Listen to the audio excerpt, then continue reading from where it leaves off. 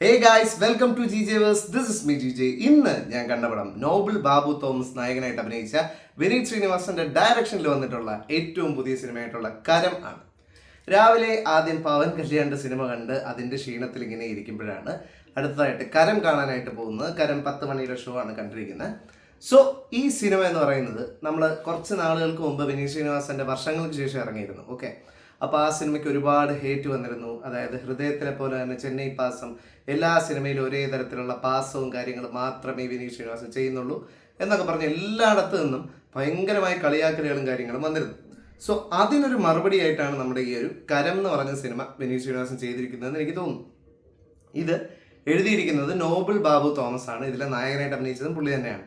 അദ്ദേഹം മുമ്പ് ഫിലിപ്സ് എന്ന് പറഞ്ഞ സിനിമയിൽ ഒരു നായകൻ പോലുള്ള പ്രധാന കഥാപാത്രം ചെയ്തിരുന്ന ഒരാളാണ്. വേറെയും ഒരുപാട് സിനിമകളിലെ ചെറിയ ചെറിയ കഥാപാത്രങ്ങൾ ചെയ്ത് പോയിട്ടുള്ള ഒരാളാണ്. I think he's Vineeth Sreenivasan's friend. കാരണം അതുകൊണ്ടായിരിക്കണം ഒരു പക്ഷേ ഇത്രയും റെപ്പറ്റേറ്റീവ് ആയിട്ട് വർഷങ്ങളായി കേട്ട് വരുന്ന അതേ കഥ പിന്നെയും സിനിമയായിട്ട് വന്നപ്പോൾ അത് ഡയറക്റ്റ് ചെയ്യാൻ തയ്യാറായത്. സത്യം വളരെ അൺഇംപ്രസീവായിട്ട് ഫീൽ ചെയ്തിട്ടുള്ള ഒരു സിനിമയാണ് നമ്മുടെ ഈ ഒരു കരം. ഇതിൻ്റെ കഥ എന്ന് പറഞ്ഞു കഴിഞ്ഞാൽ, നിങ്ങൾ തീരെ സിനിമ കണ്ടിട്ടുണ്ടോ? ഇംഗ്ലീഷിൽ ടേക്കൺ സിനിമ കണ്ടിട്ടുണ്ടോ? മലയാളത്തിലെ കർമ്മയോധ കണ്ടിട്ടുണ്ടോ? ഇതിലെല്ലാത്തിലുമുള്ള അതേ കഥ തന്നെയാണ് ഈ സിനിമയുടെയും കഥ. ഒരു വ്യത്യാസവും ഇല്ല. അന്നത് നടക്കുന്ന കേരളത്തിലോ അല്ലെങ്കിൽ മുംബൈയിലോ മറ്റോ ആണെങ്കിൽ ഇതിനെ നേരെ കൊണ്ടൊരു ഫോറിൻ കൺട്രിയിൽ പ്ലേസ് ചെയ്തു. അത്രയേ ഉള്ളൂ അതിൻ്റെ വ്യത്യാസം. ബാക്കി എല്ലാം കഥ, പരിസരവും, ബാക്കി ആൾക്കാരും, അതിനകത്ത് വന്നിട്ടുള്ള ആക്ടേഴ്സും കാര്യങ്ങളും എല്ലാം ഭയങ്കര റെപ്പറ്റേറ്റീവ് ആയിട്ടുണ്ട്. പിന്നെ ഒരുപാടധികം സിനിമാറ്റിക് ലിബർട്ടി യൂസ് ചെയ്തിട്ടുള്ളൊരു സിനിമയാണ്. നമ്മൾ ലോജിക്കൊന്നും ചിന്തിക്കാൻ പോയി കഴിഞ്ഞാൽ ഒരു തരത്തിലുള്ള ലോജിക്കോ കാര്യങ്ങളോ ഒന്നും ഇതിനകത്ത് വരുന്നില്ല. സോ അങ്ങനെ ഭയങ്കരമായിട്ട് സിനിമാറ്റിക് ലിബർട്ടിയൊക്കെ യൂസ് ചെയ്തിട്ടുള്ളൊരു സിനിമയാണ് നമ്മുടെ കരം. ട്രെയിലറൊക്കെ കണ്ടപ്പോൾ ഞാൻ ഭയങ്കര ഇമ്പ്രസ്ഡ് ആയിട്ടാണ് പോയി കണ്ടത്. ഒന്നാമത്തെ കാര്യം എന്ന് പറഞ്ഞു കഴിഞ്ഞാൽ, ഇതിനകത്ത് ഭയങ്കര രീതിയിലുള്ള ഫൈറ്റും കാര്യങ്ങളൊക്കെ ചെയ്തു വെച്ചിട്ടുണ്ട്. പക്ഷെ വളരെ മോശം എക്സിക്യൂഷൻ. ഇതിനകത്ത് കൊള്ളിച്ചിടിക്കുന്ന പോലെ പോലും നമുക്ക് തോന്നുന്നില്ല. ഇതിനകത്ത് വളരെ ഫ്രസ്ട്രേറ്റഡ് ആയിട്ട് ഇയാൾ ഒരു സ്റ്റീൽ ഡോർ ഇടിച്ച് ചളുക്കുന്ന ഒരു പർട്ടിക്കുലർ രംഗമുണ്ട്. ആ ഒരു രംഗം ചെയ്തിരിക്കുന്ന കണ്ടു കഴിഞ്ഞാൽ ഡോറിന് നോക്കുന്നുള്ളത് ഇങ്ങനെയാണ് ഇരിക്കുന്നത്. നമ്മൾ ഫ്രസ്ട്രേറ്റഡ് ഒറ്റ ഇടിയാണ് കൊടുക്കുന്നത്. അത്ര ഫ്രസ്ട്രേഷൻ അതൊന്നും ഈ ഒരു നടനെ കൊണ്ട് പുൾ ഓഫ് ചെയ്യാൻ പറ്റിയിട്ടില്ല. ഇദ്ദേഹമാണ് ഇതിൽ സെൻട്രൽ ക്യാരക്ടർ അവതരിപ്പിച്ചിരിക്കുന്നത്. ആലോചിച്ച് നോക്കും, ഒരു എക്സ് മിലിറ്ററി ഗൈ ആണ് ഇതിനകത്ത്. ആ ഒരു കൈൻഡ് ഓഫ് ഒരു റോളാണ് ഇതിൽ പ്ലേ ചെയ്തിരിക്കുന്നത്. അതിനെ എത്ര താഴ്ത്തി പ്ലേ ചെയ്യാമോ, അണ്ടർ പ്ലേ ചെയ്തതാണോ എന്ന് എനിക്കറിയില്ല. വളരെ കൺട്രോൾ ചെയ്ത് വളരെ ഒരു സാധാരണക്കാരനെ പോലെ തന്നെ അഭിനയിച്ചിരിക്കുകയാണ്. ഒരു മിലിറ്ററി ഗൈ എന്നൊക്കെ പറയുമ്പോൾ നടപ്പിലും ഓരോ ഭാഗത്തിലും ആ ഒരു സാധനം വരും, മനസ്സിലല്ലേ? കമാൻഡോ എന്നൊക്കെ പറയുമ്പോഴത്തേക്കും അതൊക്കെ സുരേഷ് ഗോപി അല്ലെങ്കിൽ ഇപ്പം മോഹൻലാലൊക്കെ ചെയ്ത്, ഇപ്പം മോഹൻലാലോ പൃഥ്വിരാജ് തന്നെ വിക്കറ്റ് 43 ചെയ്തതെന്ന് പറഞ്ഞാൽ മിലിറ്ററി എന്ന് പറഞ്ഞു കഴിഞ്ഞാൽ അവരുടെ ബോഡി ലാംഗ്വേജിലും ഡയലോഗ് ഡെലിവറിയിലും ആ ഒരു മിലിറ്ററിക്കാരുടേതായിട്ടുള്ള ഒരു കോൺഫിഡൻസും കാര്യങ്ങളും ഉണ്ട്. ഇതിനകത്ത് അത് വളരെ ഒരു ബിലോ പാറായിട്ടാണ് എനിക്ക് തോന്നിയിട്ടുള്ളത്. വളരെ ഒരു ആവറേജിനേക്കാൾ താഴെ നിൽക്കുന്ന ഒരു പെർഫോമൻസ് ആണ് നോബിൾ ബാബു എന്നുണ്ടായിട്ടുള്ളത്. പിന്നെ ഇതിൽ കൊള്ളാവുന്ന കുറച്ച് കാര്യങ്ങൾ എന്ന് പറഞ്ഞു കഴിഞ്ഞാൽ, ഇതിലെ ചില രംഗങ്ങളൊക്കെ ഡയറക്റ്റ് ചെയ്തിരിക്കുന്നത് നല്ല രസമായിട്ട് ചെയ്തിട്ടുണ്ട്. വിനീത് ശ്രീനിവാസൻ കയ്യിൽ നിട്ട കുറച്ച് കോമഡീസൊക്കെ നമുക്ക് ഇതിനകത്ത് മനസ്സിലാവും. ഇതിനകത്ത് ബാബുരാജിൻ്റെ ക്യാരക്ടറിൽ ഒരുപാട് ഹ്യൂമർ ജനറേറ്റ് ചെയ്യാനുള്ളൊരു ക്യാരക്ടറാണ്. ബാബുരാജ് കുറച്ച് നാളായിട്ട് വളരെയധികം ചീത്തപ്പേര് കേട്ടുകൊണ്ടിരിക്കുകയാണ്. തമിഴിലെ എല്ലാ സിനിമകളിലും പോയി മരിക്കുന്ന ക്യാരക്ടർ ചെയ്യുകയാണ്. ഇപ്പോൾ നമ്മുടെ തഗ് ലൈഫിൽ പോയി മരിച്ചു, കൂലി പോയി മരിച്ചു, അങ്ങനത്തെ ക്യാരക്ടേഴ്സ് മാത്രം ചെയ്യാതെ ഇങ്ങോട്ട് കൊണ്ടുവന്നിട്ട് ഇവിടെ ഒരു നല്ലൊരു ക്യാരക്ടർ കൊടുത്തിട്ടുണ്ട്. അത് നല്ല രീതിയിൽ ബാബുരാജ് സ്ക്രീനിൽ വരുന്ന ഓരോ സീനും നമ്മൾ ചിരിച്ചിരിക്കും. അത്രയ്ക്ക് ഹ്യൂമറസ് ആയിട്ടുള്ള ഒരു ക്യാരക്ടറാണ് ബാബുരാജിനെ ഏൽപ്പിച്ചിട്ടുള്ളത്. അത് നല്ലതായിട്ട് എക്സിക്യൂട്ട് ചെയ്തിട്ടുണ്ട്. ഷാജോണൊക്കെ ഇതിനകത്ത് തരക്കേടില്ലാത്തൊരു ക്യാരക്ടറാണ്. പക്ഷെ ആ ക്യാരക്ടറിനെ കൊണ്ട് എടുത്താൽ പൊങ്ങാത്ത കുറേ കാര്യങ്ങളൊക്കെ ചെയ്യിച്ചിട്ടുണ്ട്. ആ ക്യാരക്ടർ വെറും ഒരു ട്രാവൽ ഏജൻസിയുടെ ആളാണ്. അപ്പോൾ ആ ക്യാരക്ടറിനെ കൊണ്ട് പറ്റാത്ത കാര്യങ്ങളൊക്കെ ചെയ്യിച്ചു. പിന്നെ ഇത്രയും മണ്ടന്മാരായ വില്ലന്മാർ ഈ ലോകത്തുണ്ടോ എന്ന് തോന്നിപ്പിക്കുന്ന രീതിയിലുള്ള കുറേ വില്ലന്മാരും അത്ര ഭയങ്കര ഞാൻ പറഞ്ഞല്ലോ, ഒരു സിനിമയാണെന്ന് കരുതി ഇത്രയും അധികം സ്വാതന്ത്ര്യം ഉപയോഗിക്കാൻ പാടില്ല. ഇതിലൊരു ക്ലൈമാക്സിലുള്ള ഒരു രംഗമുണ്ട്. പെട്ടെന്നൊരു സ്ഥലത്ത് നിന്ന് ഒരു ബന്ധമില്ലാതെ ഒരു ബൈക്ക് എടുത്തിട്ടൊരു ചേസ്. എവിടെ നിന്ന് ബൈക്ക് സ്പോണായി വന്നു അറിയില്ല. ബൈക്ക് എടുത്ത് ചേസ് ചെയ്തപ്പോൾ ബാക്കിയുള്ളവർ എന്ത് ചെയ്തു അറിയില്ല. പിന്നെ ഇതിനകത്ത് വളരെ ഒരു ഇമ്പോർട്ടൻറ്റ് ക്യാരക്ടർ ഉണ്ട്. അയാളുടെ മകനെ ഡ്രൈവിംഗ് പഠിപ്പിക്കുക എന്നൊക്കെ പറയുന്നുണ്ട്. ആ മകന് പിന്നീട് ഒരു വളരെ ഇമ്പോർട്ടൻസ് ഉള്ള രംഗം വന്നത് കണ്ടപ്പോൾ എനിക്ക് പെട്ടെന്ന് ഓർമ്മ വന്ന കിങ് ഓഫ് കൊത്തയുടെ ക്ലൈമാക്സ് ആണ്. കിങ് ഓഫ് കൊത്തയുടെ ക്ലൈമാക്സ് പോലെ അത്തരത്തിൽ എങ്ങനെ ഒരുമാതിരി ബാലിശമായിട്ട്, ഞാൻ എന്തെടുത്ത് വെച്ചാലും അത് സിനിമയായിട്ട് വരുന്ന രീതിയിൽ എഴുതപ്പെട്ടിട്ടുള്ളൊരു കൈൻഡ് ഓഫ് ഒരു റൈറ്റിങ്ങും ഒരുമാതിരി മൊത്തത്തിൽ വളരെ ഒരുമാതിരി സിനിമ തിയേറ്ററിൽ ഇങ്ങനെ ഇരിക്കുമ്പോഴത്തേക്കും ഞാൻ മനസ്സിൽ വിചാരിക്കണം, ഇപ്പം ഹൈ മൊമെൻറ്റ് വരും. ഇൻ്റർവെല്ലിന് തൊട്ട് മുമ്പ് ഒരു ഫൈറ്റ് ഉണ്ട്. ഒട്ടും കൺവിൻസിങ് അല്ല.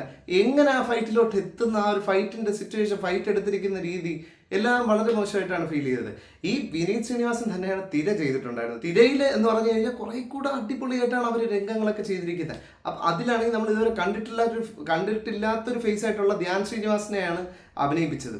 അപ്പോൾ ആലോചിച്ച് നോക്കണം, അങ്ങനത്തെ ഒരു ആളെ കൊണ്ട് ആ ഒരു കിടിലമായിട്ടുള്ള ഒരു റോൾ പുൾ ഓഫ് ചെയ്യിപ്പിച്ചിട്ട് അതേപോലത്തെ ഒരു സ്റ്റോറി തന്നെ ഇവിടെ നോബിൾ ബാബു വന്നപ്പോഴത്തേക്കും അതിനെ ഭയങ്കരമായിട്ട് മോശമായിട്ട്. അങ്ങനെ പിന്നെ അടുത്ത് ഈ സിനിമയെ പിന്നോട്ട് വലിക്കുന്ന ഏറ്റവും പ്രധാന ഫാക്ടർ ഇതിൻ്റെ മ്യൂസിക്കാണ്. ഷാനാണ് ചെയ്തിരിക്കുന്നത്. എന്താ പറ്റിയെന്നറിയില്ല, മ്യൂസിക് ഒട്ടും കൺവിൻസിങ് അല്ല. മേ ബി ഇതായിരിക്കാം ഡയറക്ടർ ആവശ്യപ്പെട്ട മ്യൂസിക്, അതുകൊണ്ടായിരിക്കും അതങ്ങനെ ചെയ്തത്. ദീപക് ദേവൊക്കെ പറഞ്ഞിട്ടുണ്ടല്ലോ ലൂസിഫറിൽ എംപുരാനിൽ ഒരു മ്യൂസിക് ചെയ്തത് ഡയറക്ടറിന് അതായിരുന്നു ആവശ്യം. അതുപോലെ ചിലപ്പോൾ ഇത് ഡയറക്ടർ ആവശ്യപ്പെട്ടതായിരിക്കാം. എന്തായാലും മ്യൂസിക് ഭയങ്കരമായിട്ട് സിനിമയെ പുറകോട്ട് വലിക്കുന്നുണ്ട്. ഇതിൽ ഇമോഷണൽ ആയിട്ടുള്ള രംഗത്തിൽ വരേണ്ട മ്യൂസിക് മാസ് രംഗത്തിൽ ഇട്ടേക്കുന്നു, മാസ്സായിട്ടുള്ള രംഗത്തിൽ വരേണ്ട മ്യൂസിക് ഇമോഷണൽ രംഗത്തിൽ. പിന്നെ ഇതിനകത്ത് ആദ്യം ഒരു സോങ് വരുന്നുണ്ട്, ഒരു ഇൻട്രോ സോങ് പോലെ വരേണ്ട സാധനം മാസ് മ്യൂസിക്കാണ്, അതുകൊണ്ട് വന്ന് ഇൻട്രോ സോങ്ങിലിട്ട് അങ്ങനെ ഇങ്ങനെ എന്തൊക്കെയോ പരിപാടികൾ. സിനിമ തുടങ്ങുമ്പോൾ തന്നെ നമുക്ക് മനസ്സിലാവും ഇത് നമ്മൾ ഉദ്ദേശിക്കുന്ന പോലെ എന്തോ ഒരു പാളിച്ച ഇതിനില്ലേ എന്ന്. നമുക്ക് തുടക്കത്തിൽ ഫ്രം ദ ഫസ്റ്റ് സീൻ സത്യമായിട്ട് എനിക്ക് ഫീൽ ചെയ്തേ. ഫസ്റ്റ് സീൻ എന്ന് പറയുമ്പോഴത്തേക്ക് ഒരു തീവ്രവാദ ചേസിങ് പോലത്തെ ഒരു സാധനമാണ്. അതിൻ്റെ അകത്ത് ഇവനെ ഈ ഷൂട്ട് ചെയ്യുന്ന കണ്ടപ്പോഴേ ഞാൻ വെച്ചാൽ ഇതെന്താ ഇത് ഒരുമാതിരി പറഞ്ഞു വെച്ച് ചെയ്തതുപോലെ. പിന്നെ തീവ്രവാദിയെ വെടിവെക്കുമ്പോഴത്തേക്കും തീവ്രവാദി ഇങ്ങനെ പൊത്തിച്ചാടുന്നത്, ഇവിടെ ഒരു വെടി കൊണ്ടാൽ അവിടെ തീർന്നു, അല്ല പൊത്തിച്ചാടണമെന്ന് സമയമില്ല. എങ്ങനെയാണ് ഇതൊരു രംഗം എഴുതി വെച്ചത്, അല്ലെങ്കിൽ അത് എങ്ങനെ എന്തുകൊണ്ട് അങ്ങനെ എക്സിക്യൂട്ട് ചെയ്തു എന്നൊന്നും അറിയില്ല. എനിക്ക് മൊത്തത്തിൽ ഇത് സ്ട്രിക്ട്ലി ഞാൻ പറയുന്നത് ഇതെൻ്റെ പേഴ്സണൽ ഒപ്പീനിയനാണ്. എനിക്ക് തിയേറ്ററിൽ പോയി കണ്ടിട്ട് വളരെയധികം നിരാശ സമ്മാനിച്ചൊരു സിനിമയാണ് നമ്മുടെ കരം. അവിടെ ഇവിടെ ആയിട്ട് കുറച്ച് ഹൈ മൊമെന്റ്സ് ഉണ്ടെന്നുള്ളതല്ലാതെ ഹൈ ആക്കാൻ ശ്രമിച്ച് പാളിപ്പോയ ഒരു പദ്ധതി അതാണിത്. പഴയ തിരയെ തന്നെ പുതിയ രൂപത്തിൽ അല്ലെങ്കിൽ പുതിയ കുപ്പിയിലാക്കി എടുത്തത് പോലെയുണ്ട്. തിരയിലെ കഥ തന്നെയാണിത്. ഇതേ കഥ തന്നെയാണ് ഇതിന് മുമ്പ് 1000 സിനിമകളിൽ കണ്ടിട്ടുള്ളത്. അതേ കഥയെ തന്നെ പിന്നെ എടുത്തിട്ട് ഒരു ഇമ്പ്രസീവ് ഇല്ലാതെ ഒരു ട്വിസ്റ്റും ഇല്ലാതെ വളരെ ഡയറക്റ്റ് ആയിട്ട് ഒരു സിനിമ എടുത്ത് വെച്ചിരിക്കുന്നു. ഇതിൻ്റെ അകത്ത് ഒരാവശ്യമില്ലാതെ കേരള ബ്ലാസ്റ്റേഴ്സിന്റെ കോച്ചിനെ കൊണ്ടുവന്ന് അഭിനയിപ്പിച്ചിട്ടുണ്ട്. നമ്മുടെ ഇവാൻ ബുക്കുമനോവിച്ചാണ് ഇതിലെ ഒരു പ്രധാന കഥാപാത്രം ചെയ്തിരിക്കുന്നത്. അദ്ദേഹത്തിനെ കൊണ്ടുവന്ന് എന്തൊക്കെയോ കാണിച്ച് പിന്നെ ഒരു കൊച്ചുകുട്ടിയെ കൊണ്ടുവന്ന് മാസ് കാണിക്കാൻ നോക്കി. അങ്ങനെ ഇങ്ങനെ എന്തൊക്കെയാണ് ഇത് സ്ഥിരം ഗിമ്മിക്ക് തന്നെയല്ലേ. ഇത്തരം ഗിമ്മിക്കുകൾ കുറേ ആയിട്ട് കണ്ട് നമ്മൾ മലയാളികൾ ഇത്തരം സിനിമകൾ ഒരുപാട് കണ്ട് മടുത്തു കഴിഞ്ഞു. ഇവർ കുറച്ചൊക്കെ അറ്റംപ്റ്റ് ചെയ്തിട്ടുണ്ട്, ഇല്ലെന്ന് ഞാൻ പറയുന്നില്ല. രണം എന്ന് പറഞ്ഞൊരു സിനിമ വന്നിരുന്നു പൃഥ്വിരാജിന്റെ. അത് ശരിക്കും പറഞ്ഞാൽ ഫോറിൻ കൺട്രിയിൽ നടക്കുന്ന കഥയെ, ഒരു മലയാളി കഥയെ നല്ല രീതിയിൽ അവർ എക്സിക്യൂട്ട് ചെയ്തിട്ടുണ്ട്. പക്ഷെ ആ സിനിമ നിർഭാഗ്യവശാൽ ഒരു പരാജയമായി പോയി. പക്ഷെ ഇതെന്ന് പറയുന്നത് ആ ഒരു രണം സിനിമയെ അനുസ്മരിപ്പിക്കുന്ന 1-2 രംഗങ്ങൾ ചെയ്തു വെച്ചിട്ട് ബാക്കിയൊക്കെ സ്ഥിരം സാധനം തന്നെ. ചെന്നൈ പാസം കൊണ്ട് നേരെ കൊണ്ട് ഫോറിൻ കൺട്രിയിലാക്കി, അത്രേ ഇതിനകത്ത് വ്യത്യാസമുള്ളൂ. ഭാഷ മാറ്റി, എന്നിട്ട് ഇതേപോലെ തന്നെ സ്ഥിരം പാസം. മറ്റേതിനകത്ത് ഒരു സെൽവയാണെങ്കിൽ ഇതിനകത്തും അതുപോലത്തെ ഒരു ക്യാരക്ടർ, മറ്റേതിനകത്ത് ഓർമ്മിക്കുന്ന പോലെ ഇതിനകത്ത് ഓർമ്മിക്കുന്നു. പിന്നെ അറിയില്ല, ഇതിൽ വളരെ ഇതായിട്ട് എക്സ് ലവറുമായിട്ട് പിന്നെയും ഒരു തരത്തിലുള്ള റിലേഷൻഷിപ്പ് കൊണ്ടുപോകുന്നതിനെയൊക്കെ നോർമലൈസ് ചെയ്യുന്ന രീതിയിലൊക്കെ കാണിക്കുന്നുണ്ട്. എക്സ് ലവറുമായിട്ട് ഫ്രണ്ട്ഷിപ്പ് കൊണ്ടുപോകുന്നതിൽ ഓക്കെ, എക്സ് ലവറുമായിട്ട് വേറൊരു കൈൻഡ് ഓഫ് റിലേഷൻഷിപ്പ് കൊണ്ടുപോകുന്നത് I don't think after marriage അതൊക്കെ ഓക്കെയാണ്. മനോജ് കെ ജയൻ്റെ ക്യാരക്ടറിൻ്റെ അകത്ത് അത്തരത്തിലൊരു റിലേഷൻഷിപ്പ് കീപ്പ് ചെയ്യുന്ന പോലെ ഒരു ഇതായിട്ടാണ് കാണിക്കുന്നത്. പിന്നെ മനോജ് കെ ജയൻ്റെ ക്യാരക്ടർ ഒരു ഫോൺ കോൾ കഴിഞ്ഞിട്ട് മുണ്ടെടുത്ത് മടക്കി ഇരുത്തുണ്ടോ. അപ്പം ഞാൻ വെച്ച് ഇപ്പം പോയി മല മറിക്കുന്നു, ഒന്നുമില്ല. പോയി ഒരാളുടെ അടുത്തൊരു കാര്യം പറയുന്നതിന് മുമ്പ് വേണം മാസ് കാണിക്കാൻ വേണ്ടി മുണ്ട് മടക്കുക. ഇതിൻ്റെയൊക്കെ കാലം കഴിഞ്ഞു. ഈ ചീത്ത വിളിക്കുന്നതിന് പകരം തൈര് എന്ന് പറയുന്നത്, അത് തന്നെ ആവർത്തിച്ച് പറയുന്നത്, അത്തരത്തിലൊക്കെ പറയുന്നതിൻ്റെയൊക്കെ കാലം കഴിഞ്ഞു. അത്തരം തമാശകളുടെയൊക്കെ കാലം കഴിഞ്ഞു. പിന്നെയും അത് തന്നെ ആവർത്തിച്ചുകൊണ്ടിരുന്നാൽ അത് വിജയിക്കുന്ന ഒരു ധാരണ ഉണ്ടെങ്കിൽ അത് തെറ്റാണ്. എന്നെ സംബന്ധിച്ചിടത്തോളം ഈ സിനിമ തികച്ചും എന്നെ ആവറേജിനും താഴെ ഫീൽ ചെയ്ത് 5-ൽ 2 റേറ്റിംഗ് കൊടുക്കാനായിട്ട് എനിക്ക് തോന്നൽ ഉണ്ടാക്കിയ ഒരു സിനിമയാണ്. സോ അതാണ് എനിക്ക് ഈ സിനിമയെക്കുറിച്ച് പറയാനുള്ള അഭിപ്രായം. നിങ്ങൾ ചിലപ്പോൾ ഈ സിനിമ കണ്ടിട്ട് നിങ്ങൾക്ക് ചിലപ്പോൾ ഭയങ്കരമായിട്ട് ഇഷ്ടപ്പെട്ടിട്ടുണ്ടാകാം, ചിലപ്പോൾ ഭയങ്കര ഏറ്റവും നല്ല സിനിമയായിട്ട് ഫീൽ ചെയ്തിട്ടുണ്ടാകും. അങ്ങനെ ഉണ്ടെങ്കിൽ നിങ്ങളുടെ അഭിപ്രായങ്ങൾ കമൻറ്റ് ബോക്സിൽ രേഖപ്പെടുത്തുക. അല്ല എന്നോട് യോജിക്കുന്നുണ്ടെങ്കിൽ അങ്ങനെയാണെങ്കിൽ കമൻറ്റ് ബോക്സിൽ രേഖപ്പെടുത്തുക. വീഡിയോ ഇഷ്ടപ്പെട്ടിട്ടുണ്ടെങ്കിൽ ലൈക്ക് ചെയ്യുക, ഫ്രണ്ട്സിനും ഫാമിലിക്കും എല്ലാവർക്കും ഷെയർ ചെയ്ത് കൊടുക്കുക. GJ Verse എന്ന് പറഞ്ഞ എൻ്റെ ഈ ചാനലും കൂടെ സബ്സ്ക്രൈബ് ചെയ്യുക. ബെൽ ബട്ടൺ കൂടി എനേബിൾ ചെയ്ത് കഴിഞ്ഞാൽ ഞാൻ അപ്ലോഡ് ചെയ്യുന്ന വീഡിയോസൊക്കെ നിങ്ങൾക്ക് അപ്പോൾ നോട്ടിഫിക്കേഷൻസ് ആയിട്ട് കിട്ടുന്നതായിരിക്കും. ഈ സിനിമയെക്കുറിച്ച് കൂടുതലൊന്നും പറയാനില്ലാത്തതുകൊണ്ട് മാത്രം ഞാനിവിടെ നിർത്തുന്നു. മറ്റൊരു വീഡിയോ കാണാം. അതുവരെയും it's me GJ signing off. By.